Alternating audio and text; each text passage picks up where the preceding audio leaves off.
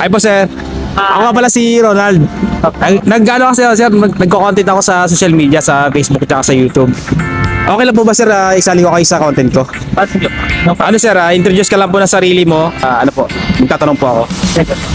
Ako nga po pala si Tan from Iloilo po. Iloilo po? Yeah. Okay po. Ano pong work niyo dito, sir? Barista po. Barista ako. Opo. Halimbawa, sir, bigyan kayo ng chance na manalo ng 1 million dirham. Ano pong gagawin niyo at bakit?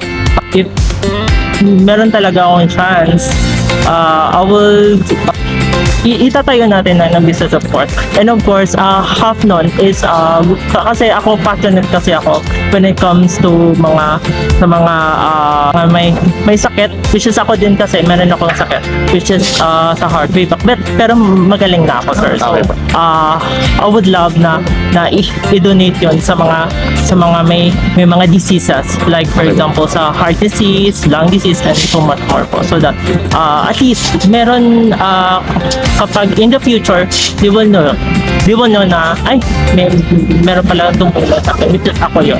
Yes, So parang nakaka-proud, nakaka-fulfill ng Yes, feeling na ay may natulungan kang tao. Yes po. So, in short, sir, magtatayo kayo ng business at the same time, magbibigay kayo sa charity. Tama Yeah, po? exactly. Napakaganda po ng sagot niyo, sir.